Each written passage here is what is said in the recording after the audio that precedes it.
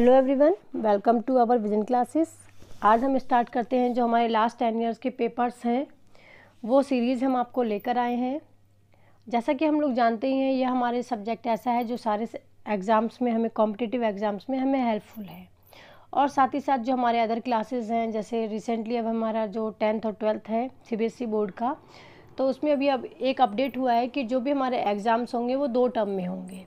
हाँ, first term और second term. और इसमें भी जो क्वेश्चन आंसर्स देखने को मिलेंगे वो हमारे ऑब्जेक्टिव टाइप क्वेश्चन आंसर्स होंगे, तो उनके लिए भी ये वीडियो हेल्पफुल है। जैसे जो हमारे और एग्ज़ाम्स होते हैं उसमें जीके वाले पार्ट्स में हमें देखने को मिलते हैं इससे रिलेटेड क्वेश्चन आंसर्स। तो आइए आज की सीरीज़ हम स्टार्ट करते हैं। ये क्वेश्चन पेपर हमारा 2003 का है, उसका इतिहास वाला पार्ट है। और इसी से रिलेटेड हमारी और भी वीडियोस, टॉपिक बेस्ड भी वीडियोस हैं, वो हमने प्रोवाइड आपको कर रखी हैं। कुछ और भी हम आपको लेकर आते रहेंगे। इसके लिए आप हमारे चैनल से जुड़े रहिएगा, और जो भी न्यू है तो चैनल को सब्सक्राइब कर लीजिएगा, बेल आइकन प्रेस कर लीजिए, ताकि जो भी हमारी वीडियोज़ हैं उसका नोटिफिकेशन आपको मिलता रहे। एग्ज़ाम से रिलेटेड जो भी वीडियोज़ हैं उसका नोटिफिकेशन आपको मिलता रहेगा। तो आइए स्टार्ट करते हैं। ये हमारी सीरीज़ का पहला क्वेश्चन यहाँ पर दे रखा है कि इलाहाबाद प्रयाग में 1857 के विद्रोह में नेतृत्व किसने किया था? विद्रोह का नेतृत्व किसने किया था? बेगम हजरत महल ने, खान बहादुर खान ने, कदम सिंह ने, या फिर लियाकत अली ने? तो यहाँ पर हमारा राइट ऑप्शन है लियाकत अली ने किया था। इलाहाबाद में जब जून 1857 के प्रारंभ में जब विद्रोह हुआ था, तो उसकी जो कमान थी वो मौलवी लियाकत अली ने संभाली थी, तथा इन्हें जिले का सूबेदार भी घोषित कर दिया गया था। और अंत में कर्नल नील ने यहाँ के विद्रोह को समाप्त किया था। देन सेकेंड क्वेश्चन है, कभी बाण किस स्थान का रहने वाला था? तो कभी बाण किस स्थान का रहने वाला था? पटना, शाहाबाद, हजारीबाग या फिर चंपारण? तो यहाँ पर जो हमारा राइट ऑप्शन है, जो कभी बाण है वो शाहाबाद का रहने वाला था। आइए जानते हैं कभी बाण के बारे में। अपने भाइयों के द्वारा हर्षव्रत जानने की इच्छा व्यक्त करने पर महाकवि बाण ने हर्ष चरित्र लिखा था, जो कि कुल 8 उच्छ्वासों यानी कि अध्यायों में विभक्त था, जिसमें कि कुल 8 अध्याय थे।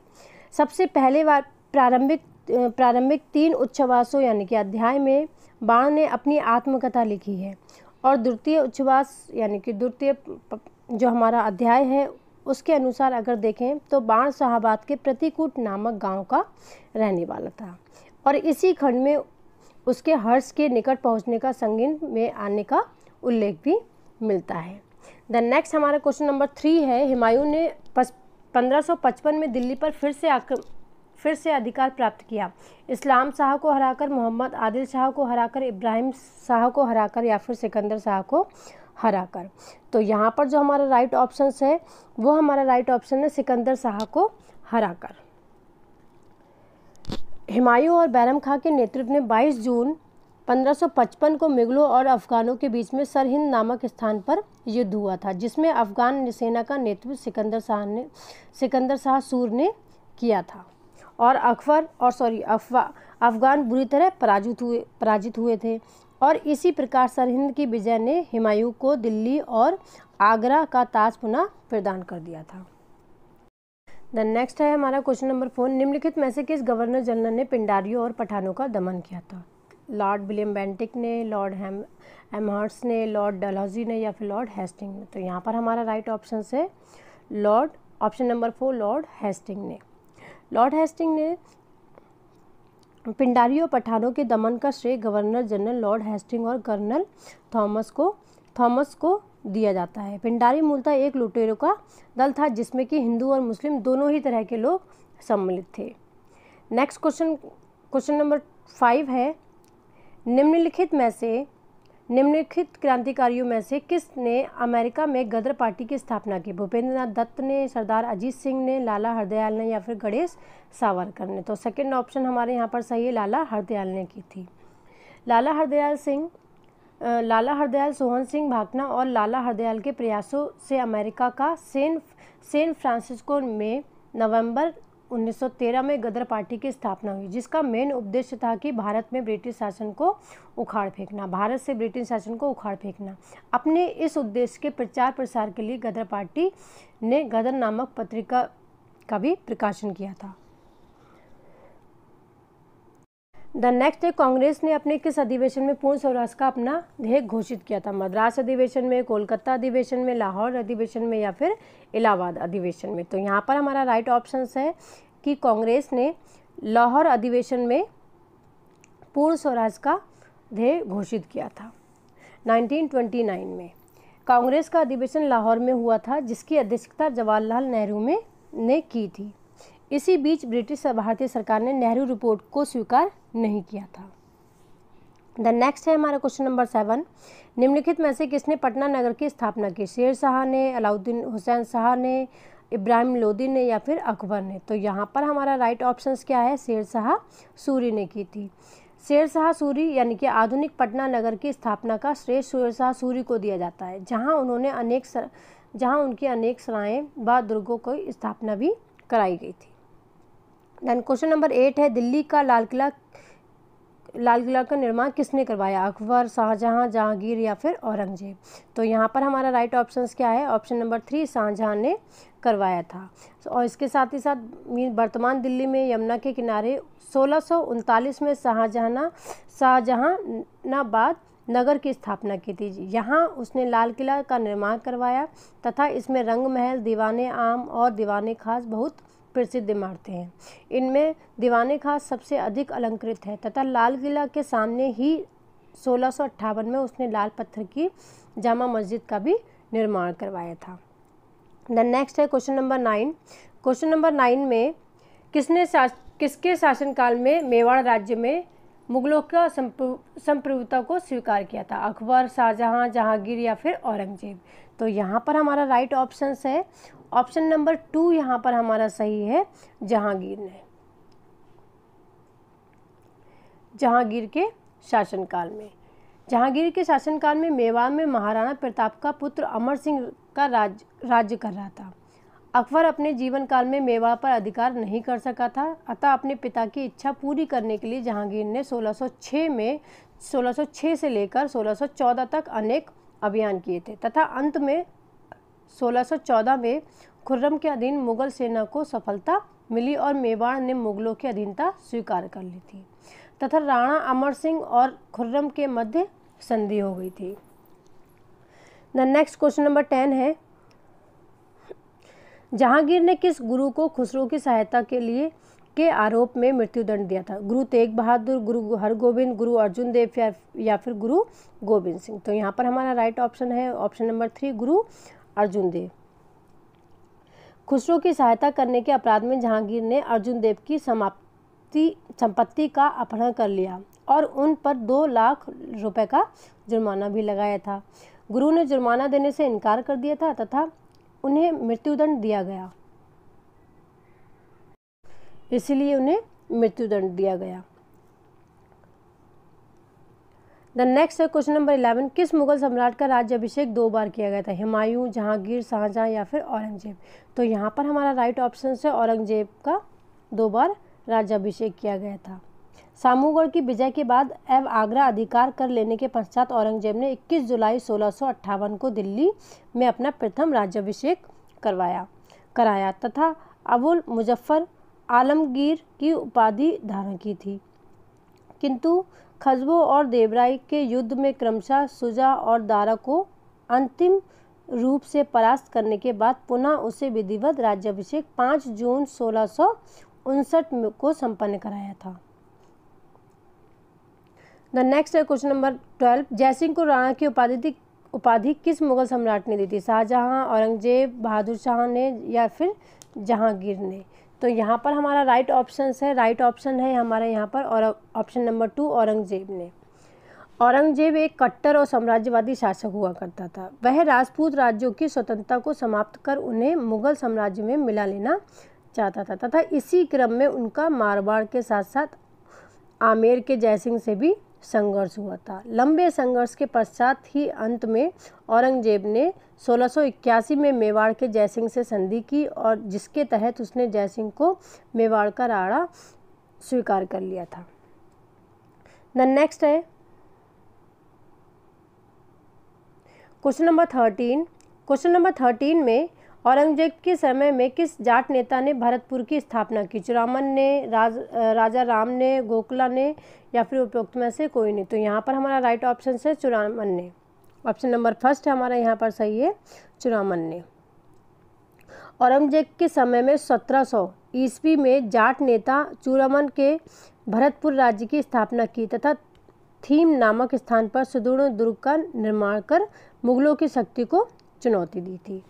द नेक्स्ट है हमारा क्वेश्चन नंबर 14, मुगल काल में वह कौन सी पहली इमारत है जो पूर्णतः संगमरमर से बनी है? हुमायूं का मकबरा, अकबर का मकबरा, शाहजहां का मकबरा या फिर एतमदौला का मकबरा? तो यहाँ पर हमारा क्वेश्चन नंबर 14 का जो हमारा राइट ऑप्शन है वो हमारा है यहाँ पर एतमदौला का मकबरा। जहांगीर के काल की महत्वपूर्ण इमारतों में से एतमदौला का मकबरा बहुत ही महत्वपूर्ण है, जो आगरा में स्थित है तथा इसका निर्माण नूरजहां ने ईरानी शैली के आधार पर 1626 में करवाया था। यह मुगल काल की प्रथम इमारत है जो पूर्णतः संगमरमर की बनी है और इससे अनेक कीमती पत्थर इसमें जड़े गए हैं। द नेक्स्ट है क्वेश्चन नंबर 15, अलाउद्दीन खिलजी ने किस हिंदू शासक को रायरा रयान की उपाधि दी? प्रतापरुद्र देव को, रामचंद्र देव को, बीरबल लाल को या फिर सुरेंद्र पांड्या को? तो यहाँ पर हमारा क्वेश्चन नंबर 15 का राइट ऑप्शन है क्या? रामचंद्र देव को। मुसलमानों का दक्षिण भारत पर प्रथम आक्रमण जलालुद्दीन खिलजी के समय देवगिरी के शासक रामचंद्र देव पर हुआ था। अलाउद्दीन के समय में द्वितीय देवगिरी अभियान के पश्चात रामचंद्र देव व्यक्तिगत रूप से दरबार में उपस्थित हुए थे तथा अलाउद्दीन ने उसे रायरायान की पदवी और चंदोबा देकर सम्मानित किया था। क्वेश्चन नंबर 16 है, जिस योगदान के लिए लाल बालपाल प्रसिद्ध है वह था उदारपंथ, सामाजिक पंथ, चरमपंथ या फिर स्त्रियों की शिक्षा? तो यहाँ पर हमारा ऑप्शन नंबर 3 सही है, चरमपंथ। 1906 के बाद भारतीय राजनीति में कांग्रेस के भीतर उग्रवादी विचारधारा यानी कि चरमपंथी का आविर्भाव हुआ। 4 प्रमुख कांग्रेसी नेता बाल गंगाधर तिलक, लाला लाजपत राय, बिपिन चंद्र पाल और अरविंद घोष ने इस आंदोलन का नेतृत्व किया था। क्वेश्चन नंबर 17 है, किस आंदोलन के दौरान मोहनदास करमचंद गांधी नामक नए नेता ने राष्ट्रीय आंदोलन की बागडोर को संभाला था? रॉलेट एक्ट, रॉलेट सत्याग्रह, चंपारण सत्याग्रह या फिर बारदोली सत्याग्रह या फिर खिलाफत आंदोलन? तो यहाँ पर हमारा राइट ऑप्शन है क्वेश्चन नंबर 17 का हमारा राइट ऑप्शन है चंपारण सत्याग्रह। गांधी जी ने सत्याग्रह का पहला प्रयोग 1917 में बिहार के चंपारण जिले में किया था, जहां नील के खेतों में काम करने वाले किसानों पर यूरोपीय मालिक बहुत अत्याचार करते थे। द नेक्स्ट है क्वेश्चन नंबर 18। क्वेश्चन नंबर 18 में निम्न में से कौन सा कथन 1875 ईस्वी की क्रांति की प्रकृति और स्वरूप पर अधिक तर्कसंगत ढंग से प्रकाश डालता है? यह हिंदुओं के आक्रोश के शोषण करने के लिए मुसलमानों का षड्यंत्र मात्र था, या ऑप्शन 2 यह एक राष्ट्रीय स्वतंत्रता के लिए लड़ा गया युद्ध था, या ऑप्शन 3 ब्रिटिश अधिकारियों के विरुद्ध अनुशासन और आक्रोश मात्र था जो भारतीय सैनिकों द्वारा व्यक्त किया गया, तथा ऑप्शन 4 यह उदीयमान मध्यमवर्गीय द्वारा किया जाने वाला अंतिम प्रयास था जिसमें कि वे पुराने गौरव को प्राप्त कर सके। तो यहाँ पर हमारा राइट ऑप्शन सेकंड है कि यह एक राष्ट्रीय स्वतंत्रता के लिए लड़ा गया युद्ध था। द नेक्स्ट है, आज़ाद हिंद फौज का संगठन स्थापना कहाँ हुई थी? सिंगापुर में, बर्मा में, थाईलैंड में या फिर जापान में? तो यहाँ पर हमारा राइट ऑप्शन है सिंगापुर में। भारतीय सेना के कैप्टन मोहन सिंह ने ज्ञानी प्रीतम और मेजर फूजीहारा के सहयोग से सितंबर 1942 में सिंगापुर में आज़ाद सिंह फौज का गठन किया था। द नेक्स्ट है क्वेश्चन नंबर 20, बी.डी. सावरकर किससे संबंधित थे? अनुशीलन समिति, युगांतर पार्टी, गदर पार्टी या फिर अभिनव भारत? तो यहाँ पर जो हमारा राइट ऑप्शन है वो यहाँ पर हमारा है ऑप्शन नंबर 4 यहाँ पर करेक्ट है, अभिनव भारत। जो बी.डी. सावरकर ने 1904 में नासिक में अभिनव भारत नामक गुप्त संगठन की स्थापना की थी। इसका प्रमुख उद्देश्य गोपनीय तरीके से क्रांतिकारी कार्यों द्वारा ब्रिटिश शासन को उखाड़ फेंकना था। देन क्वेश्चन नंबर 21 है, निम्नलिखित घटनाओं को कला क्रमानुसार सजाइए। अनुशीलन समिति, युगांतर समिति पार्टी, गदर पार्टी या फिर अभिनव भारत? तो देन यहाँ पर देखते हैं, सबसे पहले हमारा युगांतर पार्टी वाला आएगा, मीन्स नंबर फर्स्ट पर यहाँ पर हमारा युगांतर है, नंबर फर्स्ट। देन नेक्स्ट है हमारा यहाँ पर नंबर 2 पर अनुशीलन समिति, ये हमारा फर्स्ट हो गया, ये हमारा सेकंड हो गया। और इसके बाद जो हमारा नेक्स्ट नंबर 3 पर है वो है हमारा अभिनव भारत, और सॉरी ये नंबर 3 होगा यहाँ पर, ये 3 पर है और ये हमारा 4 पर है। युगांतर पार्टी, अनुशीलन समिति, अभिनव भारत और लास्ट में गदर पार्टी। द नेक्स्ट है हमारा 22 में हड़प्पा संस्कृति से जुड़ा स्थल रंगपुर किस नदी के तट पर स्थित है? झेलम में, मादर में, दस्त में या फिर सिंध में? तो यहाँ पर हमारा राइट ऑप्शन होगा ऑप्शन नंबर 3 मादर में। रंगपुर स्थान गुजरात के अहमदाबाद जिले में मादर नदी के किनारे स्थित है। क्रमानुसार इसकी खोज 1931 में MS बस्से तथा 1953 में MSR राव ने की थी। यहाँ सैंदव संस्कृति के उत्तरावस्था के दर्शन होते हैं। देन क्वेश्चन नंबर 22 है, वैदिक युग की सर्वाधिक प्राचीन संस्था कौन सी है? परिषद, सभा, समिति या फिर विदत? तो यहाँ पर हमारा राइट ऑप्शन होगा हमारा यहाँ पर ऑप्शन नंबर 4 यहाँ पर करेक्ट होगा। देन नेक्स्ट है हमारा क्वेश्चन नंबर 24, भारत भागवत धर्म का निम्न में से कौन भारतीय संप्रदाय था? साख्य, अद्वैतवाद, मीमांसा या फिर विशिष्ट अद्वैत? तो यहाँ पर हमारा राइट ऑप्शन होगा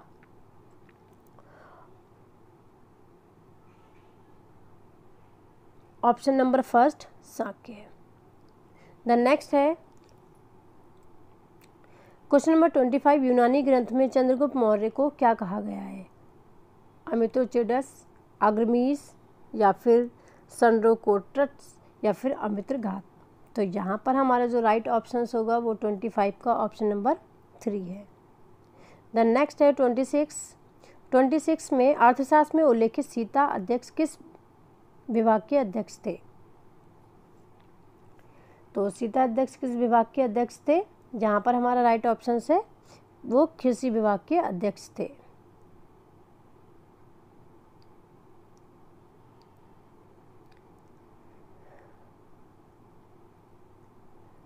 कृषि विभाग के। देन नेक्स्ट है क्वेश्चन नंबर 27।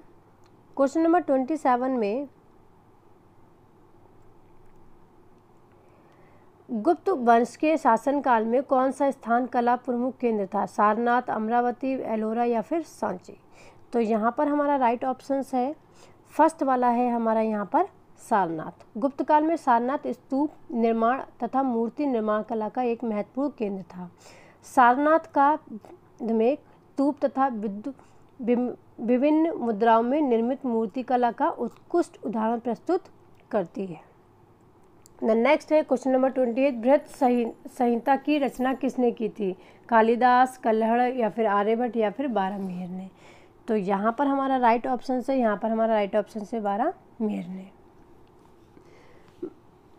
प्रमुख ज्योतिषाचार्य बारहमिहिर गुप्त युगीन एक महत्वपूर्ण विभूति थे जिन्होंने बृहत संहिता, लघु जातक, पंच सिद्धांतिका आदि ग्रंथों की रचना की थी। नेक्स्ट है क्वेश्चन नंबर 29 में अद्वैत काल की अनुभूति किस काल में हुई थी? तो अद्वैत काल की अनुभूति किस काल में हुई थी? ऋग्वैदिक काल में, उत्तर वैदिक काल में, शंकराचार्य के समय में या फिर स्वामी दयानंद के समय में? तो यहाँ पर हमारा राइट ऑप्शन है उत्तर वैदिक काल में। ऑप्शन नंबर नेक्स्ट क्वेश्चन है 30, भारतीय संस्कृति की आधारशिला क्या है? मानव कल्याण, गाय, गंगा या फिर ऋग्वेद? तो यहाँ पर हमारा जो राइट ऑप्शन है वो क्या है? ऋग्वेद है। मानव संस्कृति की आधारशिला ऋग्वैदिक साहित्य है जिसमें प्राचीन भारत की राजनीतिक, सामाजिक, आर्थिक, धार्मिक तथा संस्कृति संबंधी विशेषताओं का विशद विवेचन है। देन नेक्स्ट है 31, जैन धर्म का ईश्वर के प्रति क्या विचार था? ईश्वर में विश्वास, ईश्वर में अविश्वास, तीर्थकरों में विश्वास या फिर देवी देवताओं में विश्वास? तो यहाँ पर हमारा राइट ऑप्शन क्या है? ईश्वर में अविश्वास। छठी सदी ईसा पूर्व में उदित होने वाले नास्तिक आचार्यों में महादेव स्वामी का नाम महत्वपूर्ण है जो जैन धर्म की 24वें तीर्थकर थे। महावीर स्वामी पुनर्जन्म तथा कर्मवाद में विश्वास रखते थे। परंतु ईश्वर के अस्तित्व में उनका विश्वास नहीं था। उनके अनुसार जीवन का चरम लक्ष्य मोक्ष की प्राप्ति है। द नेक्स्ट है क्वेश्चन नंबर 32। 32 में खरोष्टी लिपि का उदय किस काल में हुआ था? पूर्व वैदिक काल, उत्तर वैदिक काल, जैन काल या फिर बुद्ध काल? तो खरोष्टी लिपि का जो उदय था वो किस काल में हुआ था? ऑप्शन नंबर 4 यहाँ पर सही है, बुद्ध काल में। खरोष्टी लिपि का उद्भव ईरानी लिपि से हुआ है तथा ईरानी शासकों का काल 5वीं सदी ईस्वी पूर्व, अतः वे युद्ध के समकालीन थे। परंतु भारत में इस लिपि का पहला प्रयोग अशोक के अभिलेखों में हुआ है, जो मूल रूप से पश्चिमोत्तर भारत में स्थित है। द नेक्स्ट है क्वेश्चन नंबर 33। अर्थशास्त्र ग्रंथ की विषय वस्तु क्या है? धार्मिक, आर्थिक, धार्मिक ग्रंथ, सामाजिक ग्रंथ या फिर राज्य शासन नीति ग्रंथ? तो यहाँ पर हमारा राइट ऑप्शन क्या है? राज्य शासन नीति ग्रंथ है। अर्थशास्त्र मूलतः राज्य शासन संबंधी नीति ग्रंथ है, जिसकी रचना चंद्रगुप्त मौर्य के प्रधानमंत्री या प्रधान पुरोहित कौटिल्य विष्णुगुप्त ने की थी। यह ग्रंथ हिंदू राज्य शासन की ऊपर लिखित प्राचीनतम उपलब्ध रचना है। अर्थशास्त्र में 15 अधिकरण तथा 180 प्रकरण हैं, जिसमें श्लोकों की संख्या 4000 बताई गई है। इस ग्रंथ को प्रकाश में लाने का श्रेय श्याम शास्त्री नामक विद्वान को जाता है। द नेक्स्ट है क्वेश्चन नंबर 34। चोल वंश के शासकों की महानता किस कार्य पर आधारित थी? कलाकृतियों पर, श्रेष्ठ शासन व्यवस्था पर, सार्वजनिक निर्माण पर या फिर सैन्य व्यवस्था पर? तो यहाँ पर हमारा राइट ऑप्शन क्या है? श्रेष्ठ शासन व्यवस्था पर। चोल संस्कृति की सर्वाधिक महत्वपूर्ण पक्ष उनकी शासन व्यवस्था है। चोल सम्राटों ने एक विशिष्ट शासन व्यवस्था का निर्माण किया, जिसमें प्रबल केंद्रीय नियंत्रण के साथ ही साथ पर्याप्त मात्रा में स्थानीय स्वायत्तता भी थी। देन नेक्स्ट है क्वेश्चन नंबर 35। चंद्रगुप्त मौर्य अपने जीवन के अंतिम वर्षों में एक जैन साधु के साथ दक्षिण भारत चला गया था। उस साधु का क्या नाम था? हरिभद्र, भद्रबाहु, स्थूलबाहु या फिर हेमचंद? तो यहाँ पर हमारा जो राइट ऑप्शन है वो क्या है? ऑप्शन नंबर 2 सही है यहाँ पर, भद्रबाहु। द नेक्स्ट है क्वेश्चन नंबर 36। क्वेश्चन नंबर 36 में निम्नलिखित में से किस दक्षिण मुस्लिम राज्य के अमीरों ने प्रथम बार मराठों को छापामार युद्ध पद्धति के लिए प्रशिक्षित किया था? अहमदनगर के मालिक अंबर या फिर गोलकुंडा के मीर जुमला या गोलकुंडा के मदना या फिर फोर्थ बीजापुर के अफजल खान को? तो यहाँ पर हमारा राइट ऑप्शन है ऑप्शन नंबर 1 है, अहमदनगर के मलिक अंबर। मुगलों के दक्षिण विजय में सबसे बड़ी बाधा अहमदनगर का योग्य वजीर मलिक अंबर था, जो मूलतः एक अबिसिनियाई दास था, परंतु अपनी योग्यता से वजीर बना हुआ था। मुगलों से युद्ध करने के लिए उसने मराठों को बड़ी संख्या में सेना में भर्ती किया तथा गुरिल्ला युद्ध पद्धति में प्रशिक्षित किया। यही छापामार युद्ध पद्धति कालांतर में शिवाजी के नेतृत्व में सफलता का पर्याय बनी है। द नेक्स्ट है क्वेश्चन नंबर 37। निम्नलिखित में से किस मुगल सेनापति ने शिवाजी को 1665 ईस्वी में पोरबंदर की संधि पर हस्ताक्षर करने के लिए विवश किया? यहाँ पर ये विवश किया।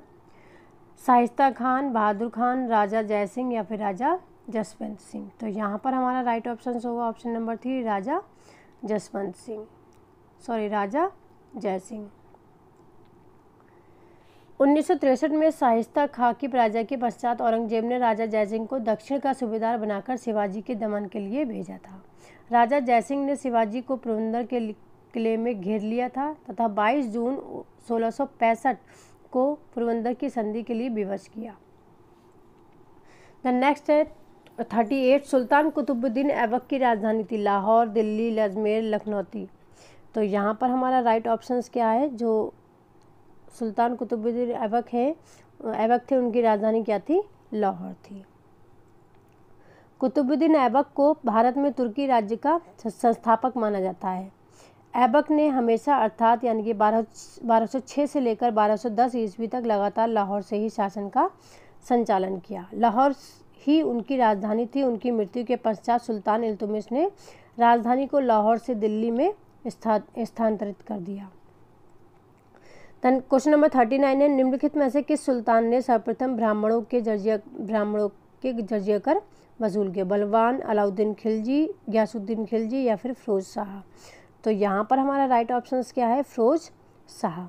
सुल्तान मोहम्मद बिन तुगलक के अलोकप्रिय शासनकाल की समाप्ति के पश्चात उलमाओं के समर्थन से फिरोज शाह तुगलक दिल्ली का सुल्तान बना था। उसने मजहबी उत्साह तथा धर्मनिष्ठा का प्रदर्शन करने के लिए एवं उलमाओं का प्रसन्न कर रखने के लिए ब्राह्मणों पर भी जजिया कर लगाया। द नेक्स्ट है क्वेश्चन नंबर 40। क्वेश्चन नंबर 40 है, निम्नलिखित में से कौन शेर शाह का उत्तराधिकारी हुआ? इस्लाम शाह, फिरोज शाह, मोहम्मद आदिल शाह या फिर इब्राहिम?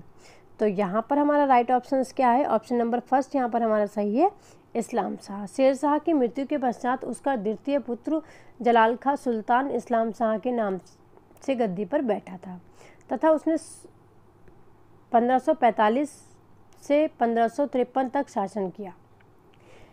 वह उग्र स्वभाव का व्यक्ति था तथा उसने अमीरों के साथ क्रूर और उदंड व्यवहार किया था। फलतः देश में असंतोष और विद्रोह की भावना बढ़ने लग गई थी तथा सूर साम्राज्य का पतन भी शुरू हो गया था।